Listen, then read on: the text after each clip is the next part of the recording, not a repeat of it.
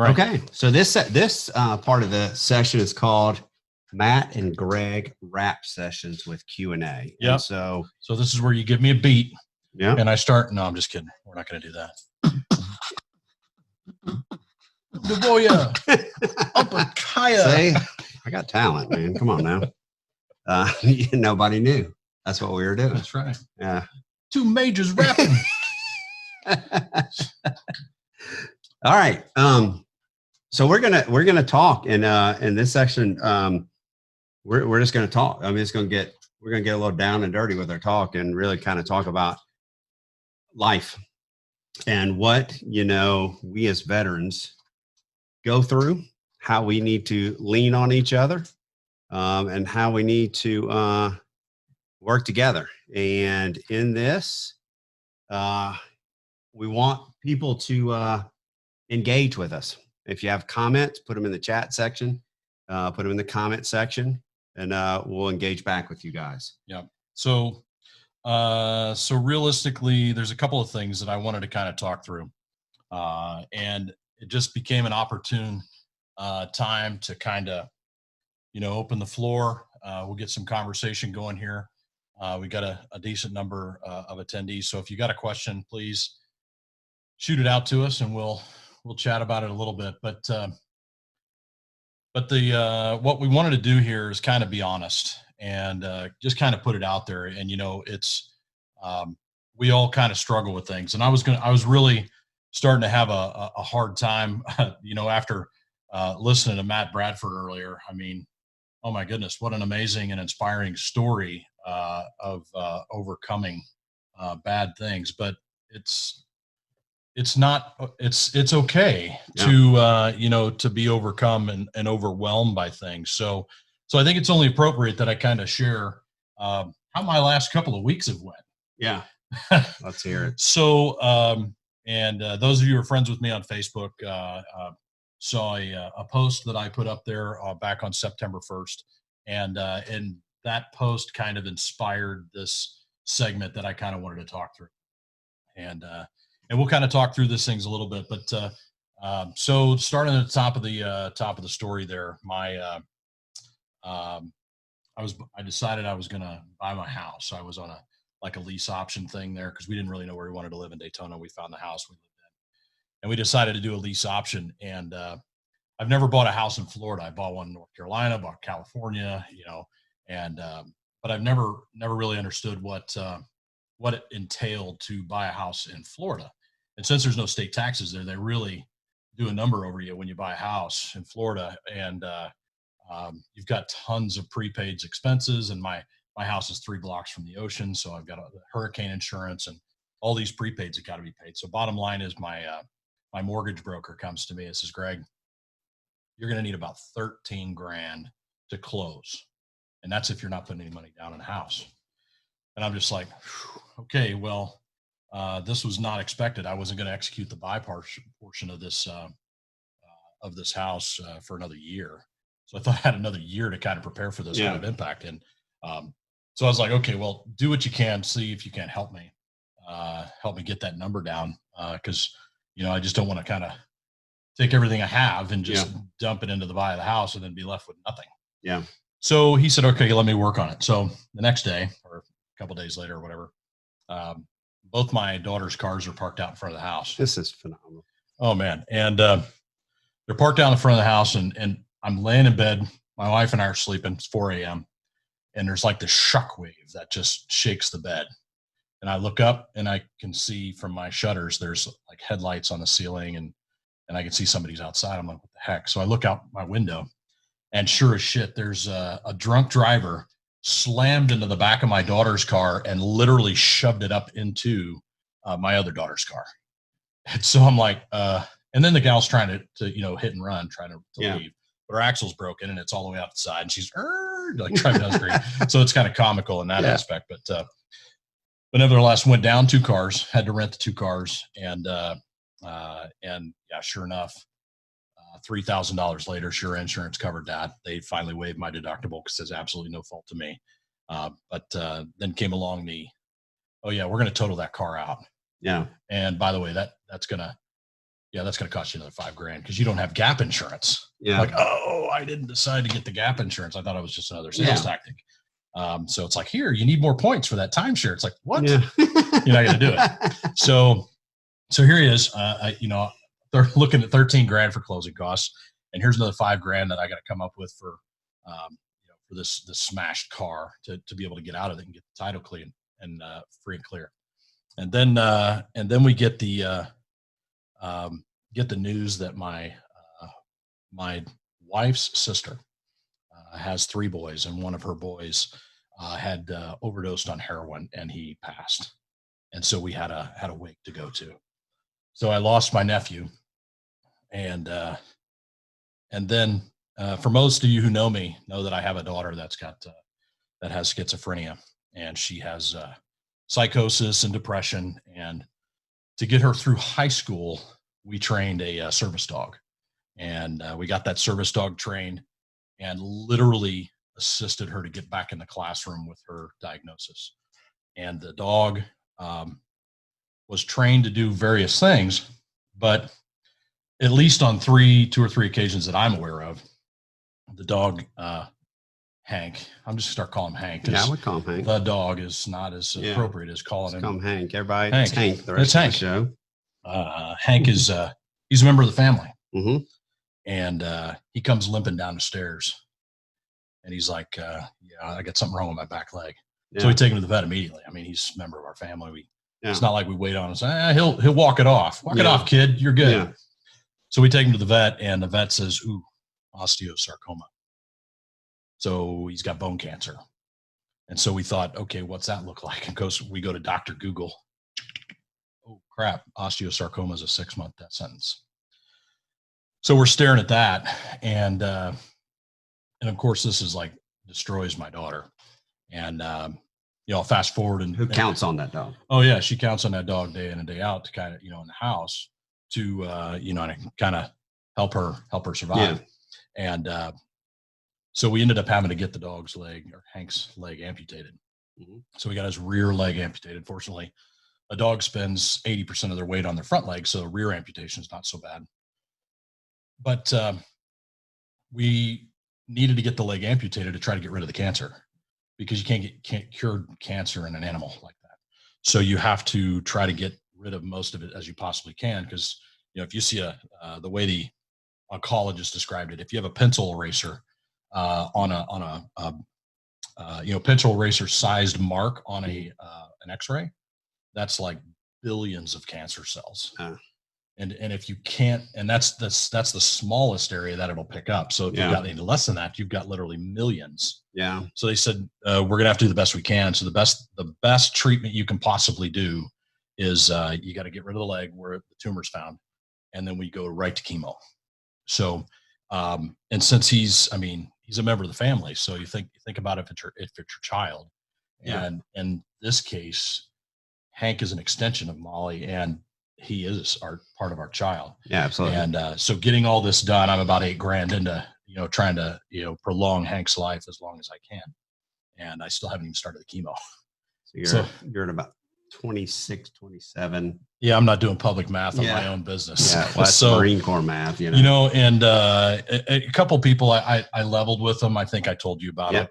And I had talked with Jim Kirk a little bit, and he was aware of some of these things, and great support. But it came to a point. I'm driving. I literally, because of the pandemic, I have to work from home. So I literally just got in my truck, and I said, I got to get out of this house. Yeah. So I drove around a little bit, and I just started thinking to myself, and it was like, what in a world could possibly go worse? I mean, what could go wrong next? And it was a struggle there. And September 1st, it really hit me. And I was just thinking, good Lord, I'm going to be married to my wife 26 years tomorrow.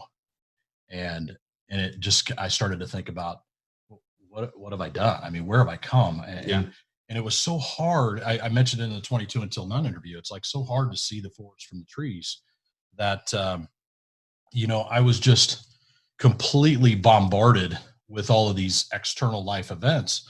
and I couldn't see my own strength. Yeah. I couldn't see that each one individually was plenty, but I had them all. And if I just broke them out and tried to attack them individually, it wasn't, I couldn't do that same kind of mechanism. So to kind of come full circle, it came back to this Facebook post that I was putting out. And I was just like, it was part of it was a self-help project for me. Yeah. And part of it was data mining. Yeah. And wanting to, use all this tragedy that I've had in my life right now to get through. And so I put this post up on Facebook September 1st. It's still there. I didn't take it down. It's all there. There's about 47 comments or so, but all the Facebook post says is, hey, when you're having a bad day and you can't seem to find any relief, and everything on your mind is completely dark, what techniques do you use to get yourself out of the darkness? And I got some really good comments. Yeah. I mean, some fantastic comments. I got a couple of phone calls, but I wasn't in the mood to be, talking to people. It was just one of those, had somebody come over and knocked on the door and said, "Hey man, I saw your text." I probably would have cried and broke down on them. Yeah. I mean, because being there, you're forcing me to say, I got a problem. Yeah. So, well, let me tell you what's key about that. Yeah. And I talk about this a lot and not only myself and my journey, my story, but in others, right? And when we're talking about, counseling, or we're talking about veterans, I said it in the last interview, right?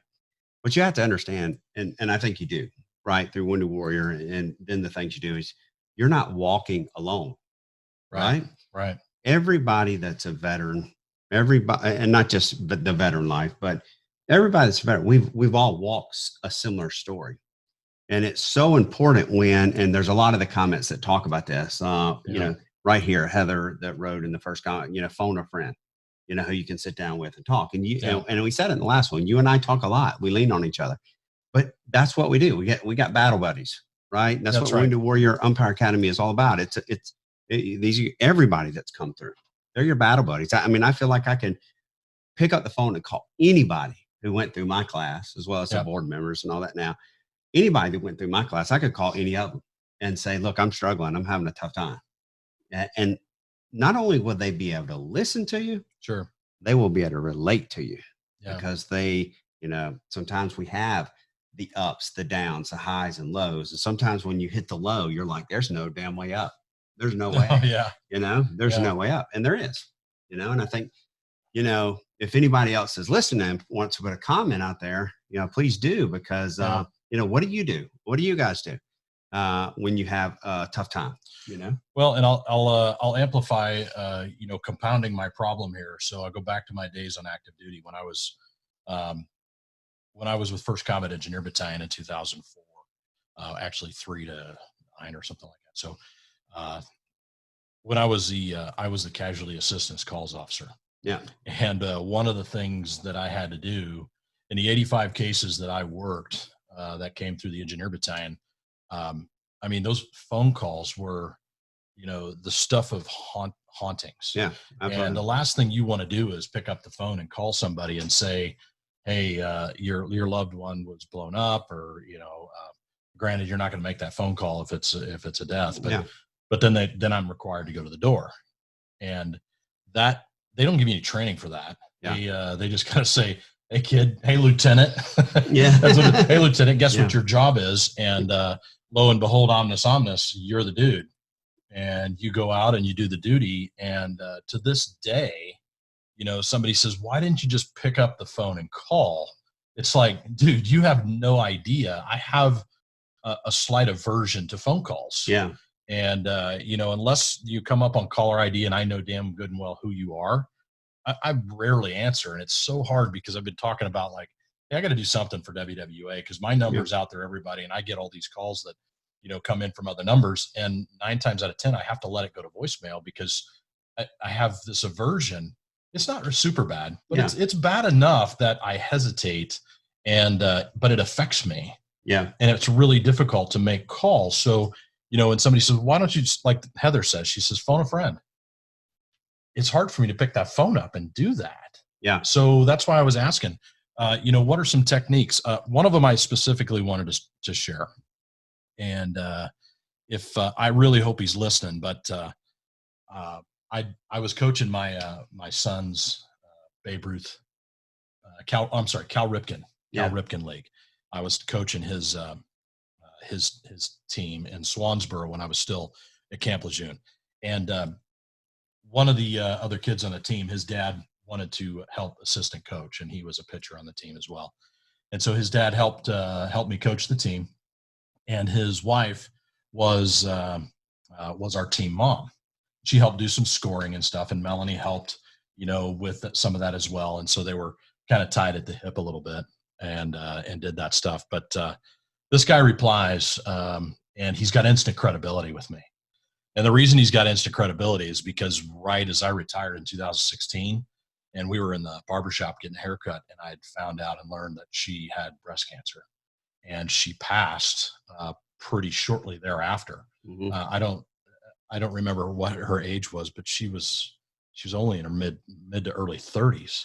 Yeah. And so to lose somebody like that, a soulmate like he had lost, he posted on here, and he put some stuff that's really, really good for me. And I'm not going to do it any justice unless I just flat out read it, because knowing me and the kind of guy that I am, it really resonated with me. And he said, I combated my darkness with reason. So every dark thought has its counterpart. Separating them is the first step. Separate them from you and then from each other. Doing this gives you, the real you, the power to judge one over the other or both. You rule over both. You have the power to send one or all away forever.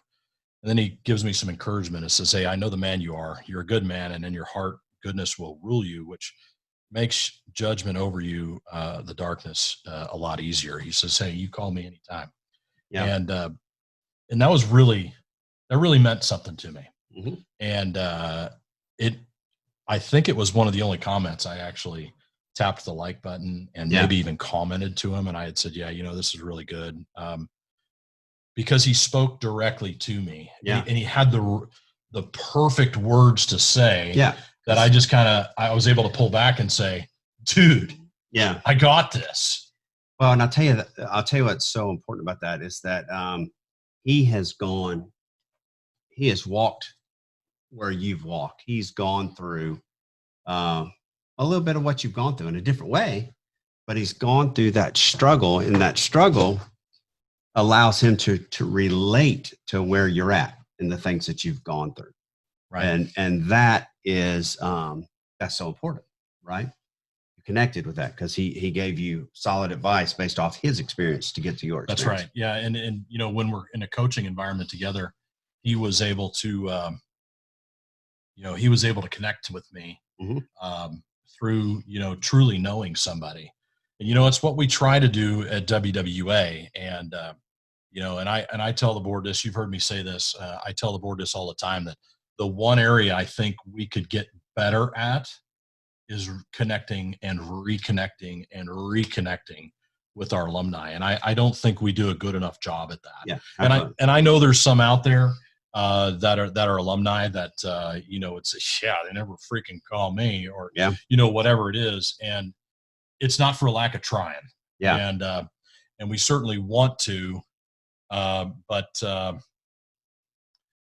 it's something that we need to develop some kind of a mechanism within the staff to be able to, to be able to make that happen. And it will be coming. We're working on that big time.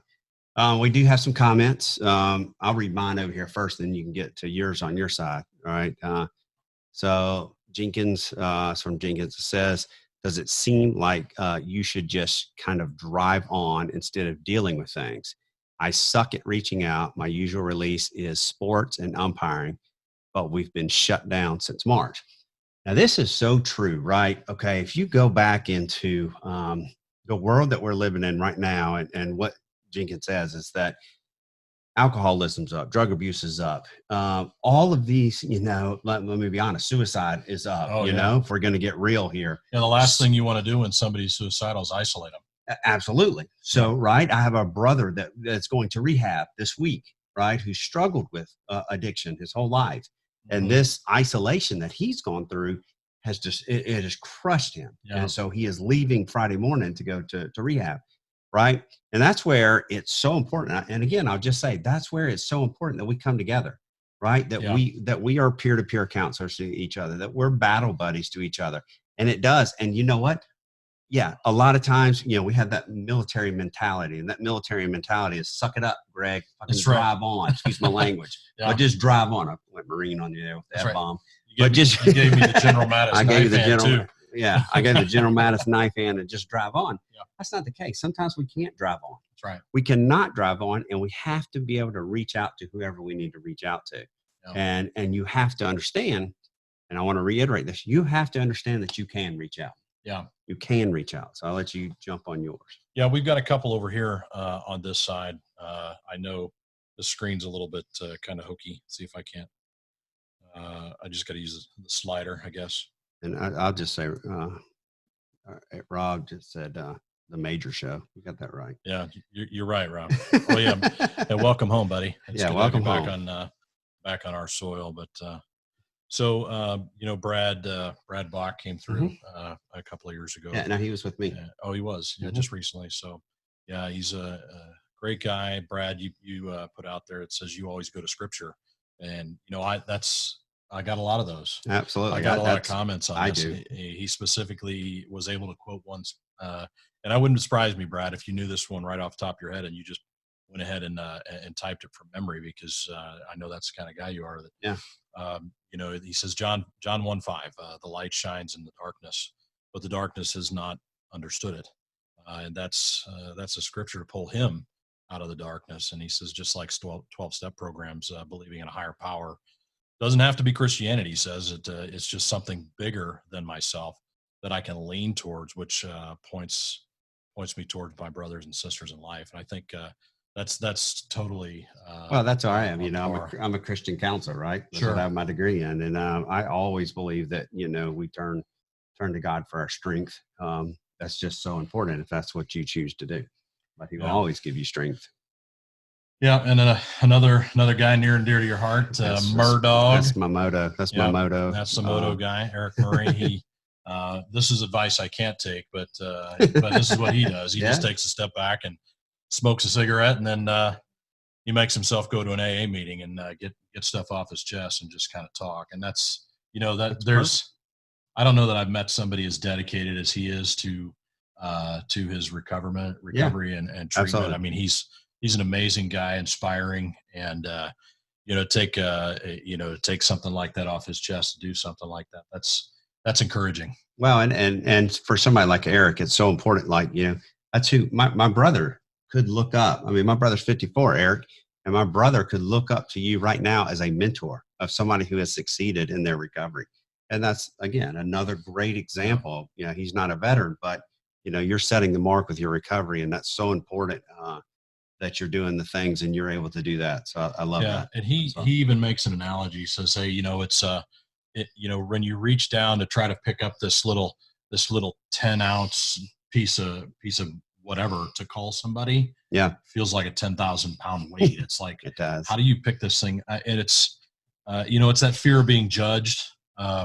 It's that, in my case, the last couple of weeks, it's like, it's that Marine mentality you were talking about. I mean, I'm supposed to be the major. I'm supposed to be, the guy in charge of WWUA, and the guy, and all these things kind of weigh on you, and you just kind of second guess yourself, and you don't want to put yourself out there. But I think what I wanted to do here is I wanted to put myself on notice and say, look, I'm out there. Yeah. And I may not, for all the alumni out there that's listening, if I don't look you in the eye and tell you that I care about you and that I love you, it's not because I don't. Yeah.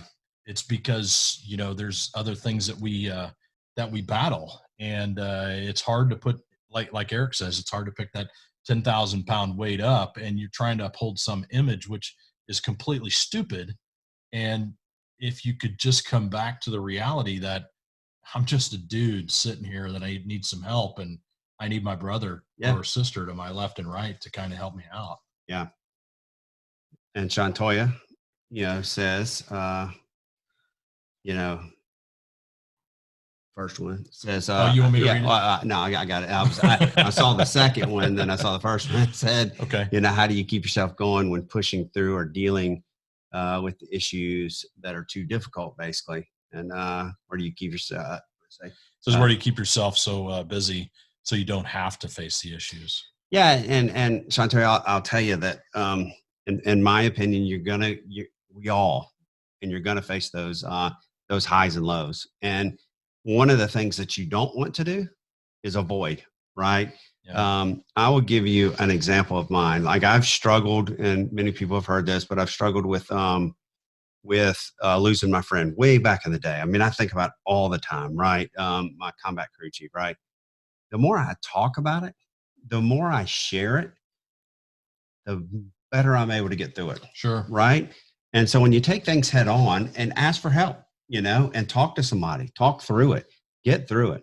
And, but the more I talk about it, the more I share it, the better I am able to handle it. And I said that in the last thing, I believe, and I've said it to you before, but that just being in Charleston this year was so key to me because that was July 9th, 2001. And that was the day I lost, Clark Beatty, in that accident. But I've talked about it so much, and then I was there with all of you guys. Yeah. And it literally was the first year I hadn't cried on July 9th, 2000, since 2001. Yeah. So glad to be there with you. you. Yeah. And it was because I was around you guys. So my thing is you got to talk. Tell your story, share your story, talk. Well, that kind of inspires me to tell you the follow on here for, that time in why I don't talk on the phone very, very well. Yeah. Some people are like, man, Wilson's blowing me off again. It's like, no, brother, trust me.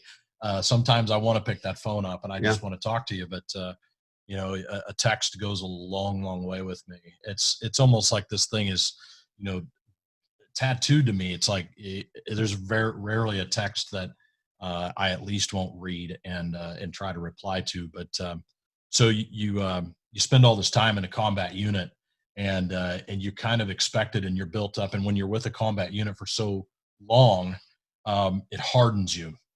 And excuse me, you go out on your first deployment, your first pump, and everything. It's like okay, there's a bit unknowns. You go out on your like 7th deployment with the same unit, and you're just kind of like, you think you're 10 feet tall and bulletproof kind of thing, right? So because you build up, this mechanism inside of you, like some type of protection mechanism, and you are able to, thwart off, seeing your buddy that you just were talking to, get blown up by an AD. Yeah, it affects you, but it would have affected you 10,000 times more had it been in the first week you were ever with the battalion.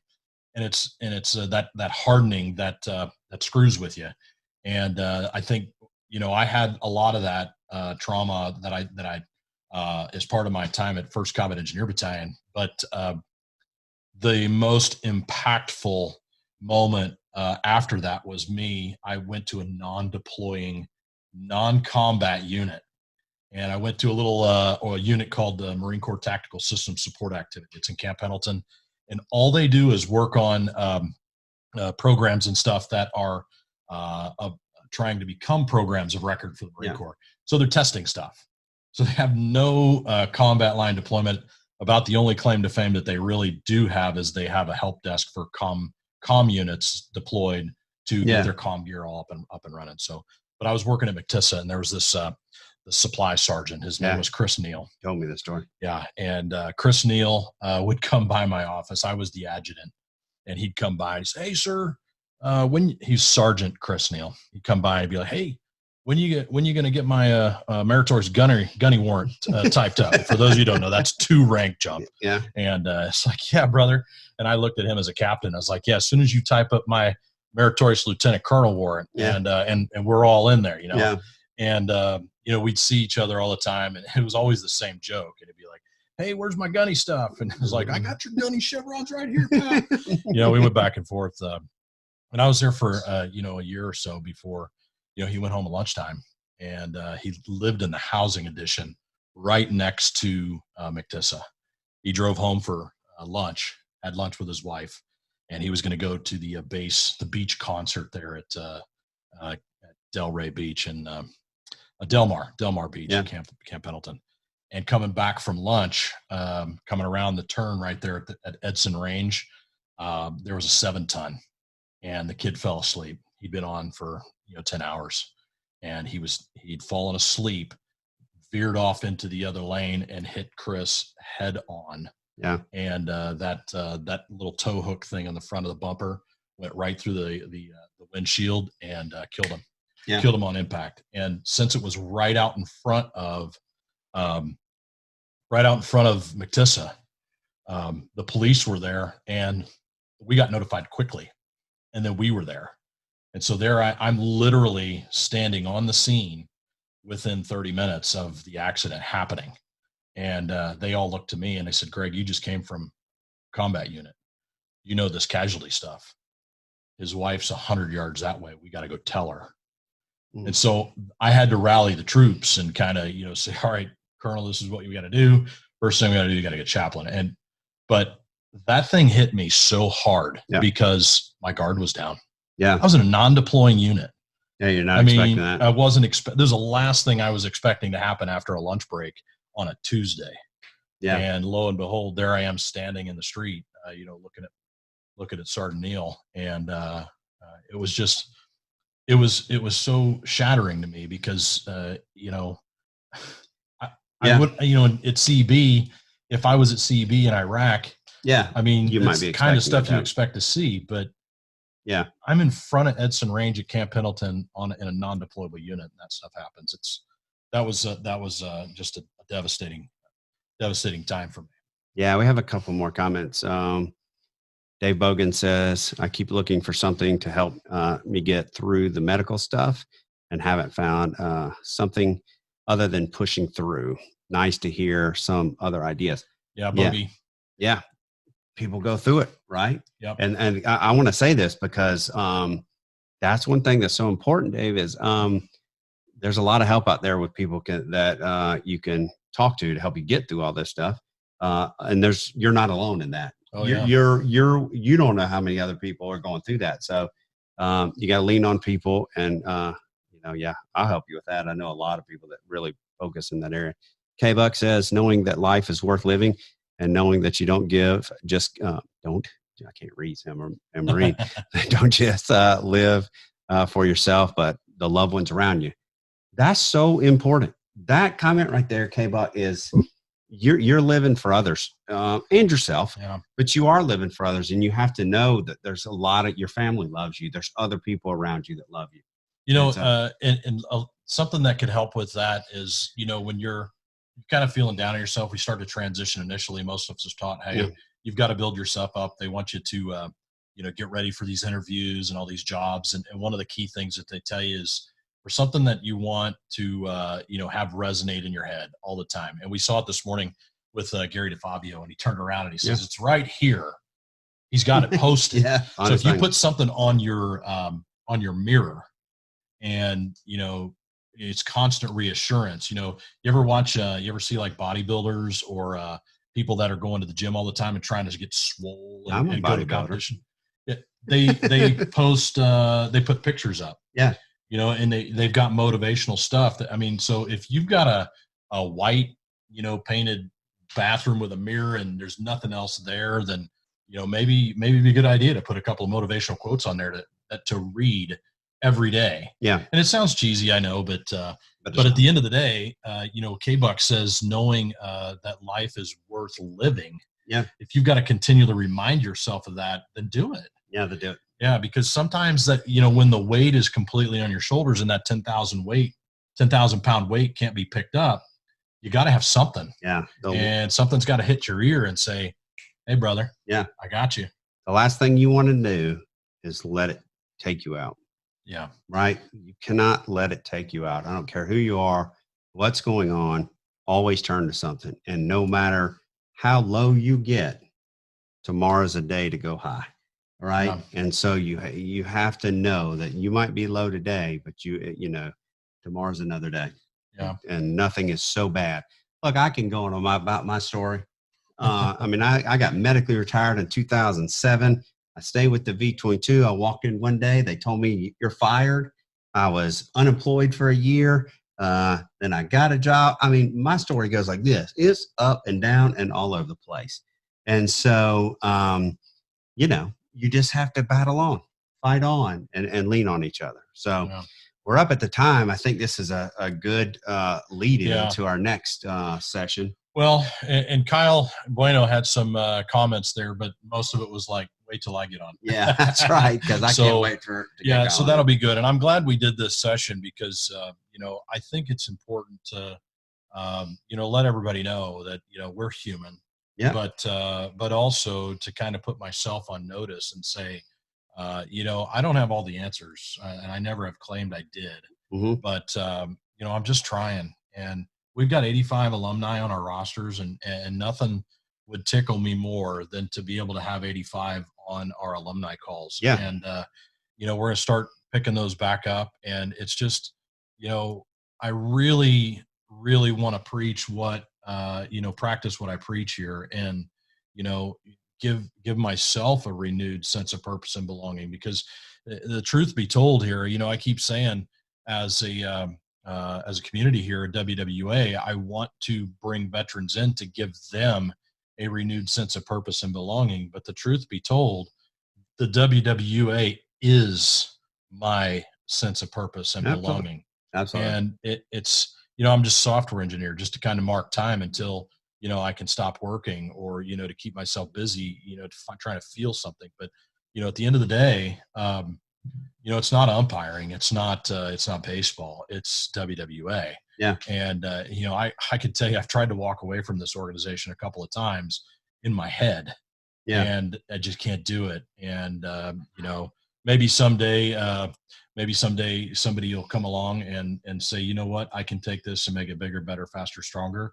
And that'd be great. But I would still be a part of the organization because it's kind of embedded into me now. And I need the organization as much as I hope that, you know, pushing it out to other veterans can use it for. It's a family, right?